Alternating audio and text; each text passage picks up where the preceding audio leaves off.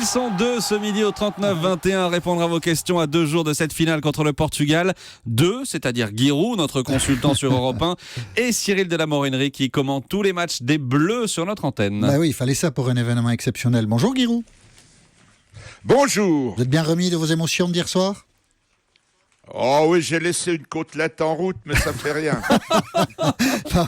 Mais c'est gentil d'être venu pour répondre aux auditeurs d'Europe 1. Rebonjour Cyril. Rebonjour à vous. Rebonjour, on est heureux de vous accueillir dans ce moment réservé aux auditeurs d'Europe Midi. Et voici les questions qu'ils vont vous poser. Bonjour Eddy. Oui, bonjour. Vous êtes à Metz. Bonjour, alors voilà. On vous écoute. Non, en fait, je suis à Forbach, juste à la frontière, donc du coup franco-allemande, hein, D'accord. et l'ex-frontière. Donc en fait, ma question, c'était, je pense que tous les feux sont au vert, hein, pour l'équipe de France, parce que honnêtement, je pense qu'hier ils ont battu une équipe qui était plus forte qu'eux, Oui. et que depuis plusieurs jours, on sentait que les feux étaient là, quoi. Je veux dire, les indicateurs, c'est-à-dire la blessure de 3 joueurs majeurs, le pénalty sifflé à la dernière minute, alors que bon, je veux dire, le pénalty peut très bien ne pas être sifflé, personne ne l'aurait vu.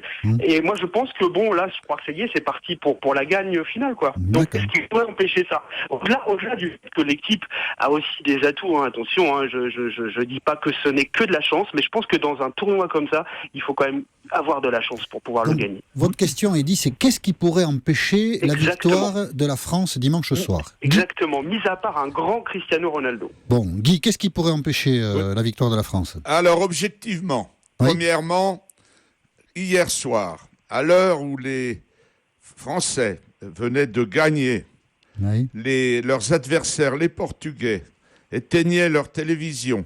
Ça faisait 24 heures qu'ils avaient fini de jouer, qu'ils se soignaient et tout. D'accord. Et quand les Bleus sont partis se coucher, il restait 68 heures pour récupérer avant le coup d'envoi. Alors ça, c'est le premier handicap, parce que ils ont fait un match. Le deuxième, c'est la nature de leur match. Oui. Ils ont fait un match en allant chercher profondément en eux-mêmes pour se surpasser, pour résister aux Allemands qui ont fait une première mi-temps de feu, Oui, bien sûr. moins les clair, 5 c'est clair. dernières minutes, et les 5 premières. Tout à fait. Et donc il a fallu qu'ils se surpassent, et donc qu'ils déchargent des hormones de fatigue extraordinaires. Auront-ils le temps de les reconstituer en 3 jours? Ça, c'est Et une... le troisième élément Oui. psychologique, ils ont battu les Allemands, pourquoi ne battraient-ils pas les Portugais? Et donc, il faut qu'ils aillent chercher en eux-mêmes la volonté pour une nouvelle fois de se surpasser. Oui, Cyril, il y aura peut-être un excès de confiance du côté de l'équipe de France?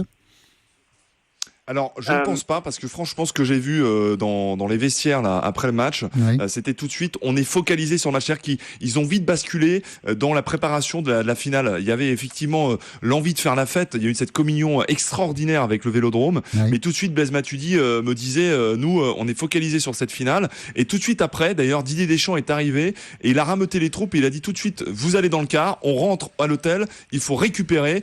Et d'ailleurs, là, ils vont arriver là dans quelques minutes à Clairefontaine pour justement accélérer la récupération, comme le disait Giroud il y a un instant. Mais quand on a battu l'Allemagne, on se sent peut-être invincible.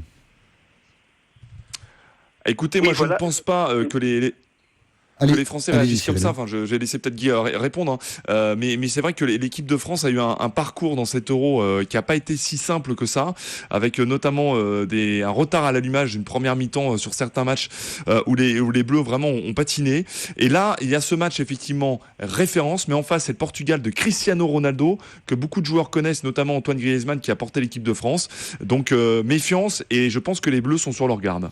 Eddy, Oui, Oui, donc, contre est-ce que je Cristiano peux vous poser...